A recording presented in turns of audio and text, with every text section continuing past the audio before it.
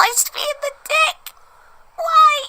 Why did he punch me in the dick? That's not funny now, is it, Kakarot?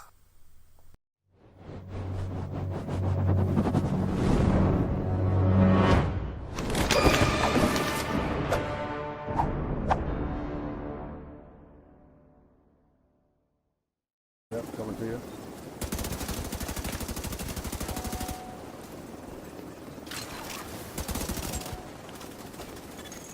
Your status is disavowed.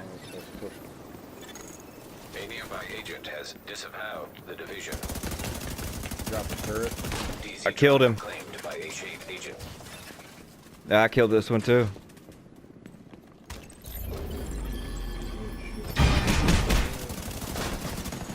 Rogue agent neutralized. Yeah, I'm with you. An agent needs assistance. I got him.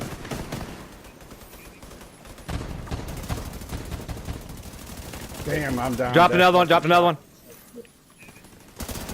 All right, there's one over here. See me to my left. To my left. To your right. Over here. Hold on. Okay. I killed him. He's right here. Okay, cool. I killed all three of them. Yeah, that fucking shotgun sucks, dude.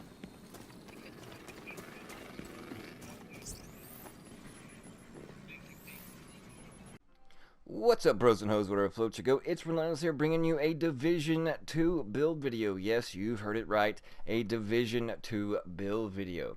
If you happen to be new to the channel, ground and pound that like and subscribe button, and don't forget to turn on post notifications, so that way you know each and every time a new video is uploaded and goes live.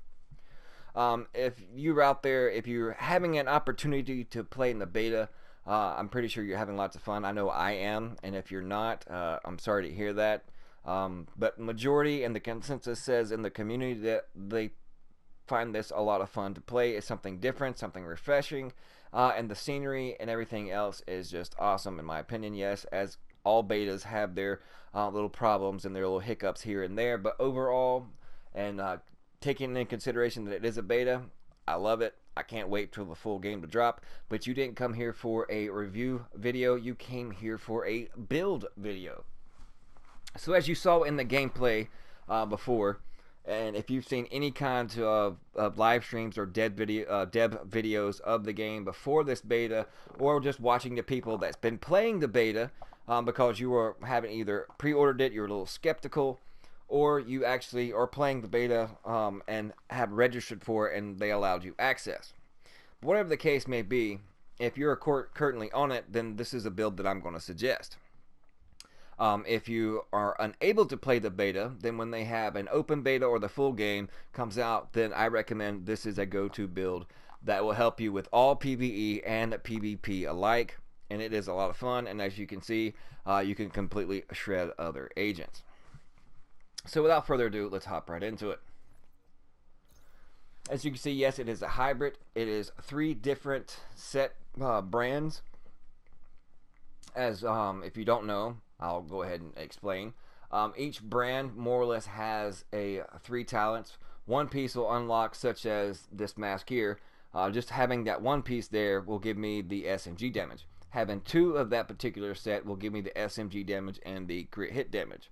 Then having 3 of that particular brand set will enable me to have all 3 of those, including the Seeker Mine skill power. And as you can see, each one has different variations on what you can get. This has base damage for SMGs, crit damage, and then the Douglas and Harding has accuracy, crit damage, and crit chance. And then of course the Badger Tough is damage to elites, 15% armor, percent on kill, and then of course the Chem Launcher skill power, which is we're unable to use that at this time in the beta because all we can use is the Seeker Mines, the turret, and of course the drone.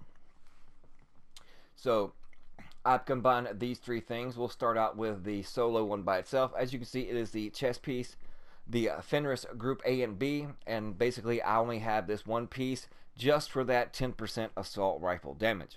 I don't care about the 10% protection from elites or the 20% health on a kill. It's mainly that 10% assault rifle damage, and then as you can see in the attributes, makes this a great vest. 7.5% crit chance, 15% damage to elites, and also plus 10% in armor. Now moving on to the other pieces I have, which is the Sokolov Concern. I hope I pronounced that right. I hope I didn't just completely butcher it.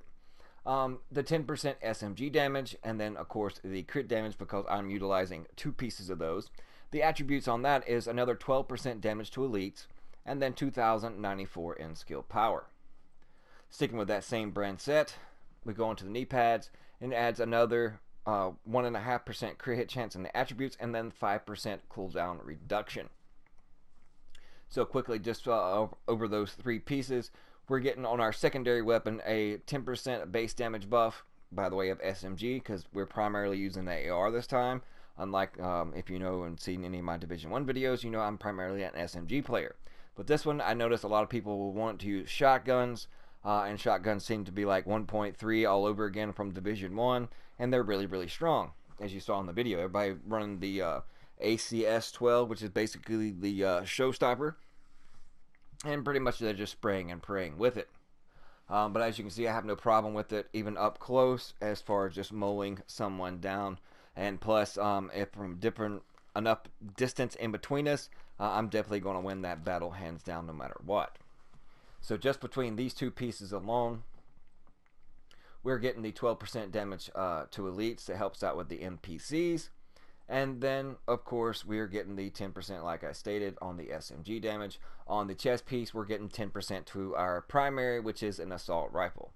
Now, moving on to the other set that we have, and it is the only set here that has the 3 pieces. And we get 10% skill power from that, 8% health, and 5% weapon damage. So on our primary that we're using, we get a total of 18% weapon bonus damage.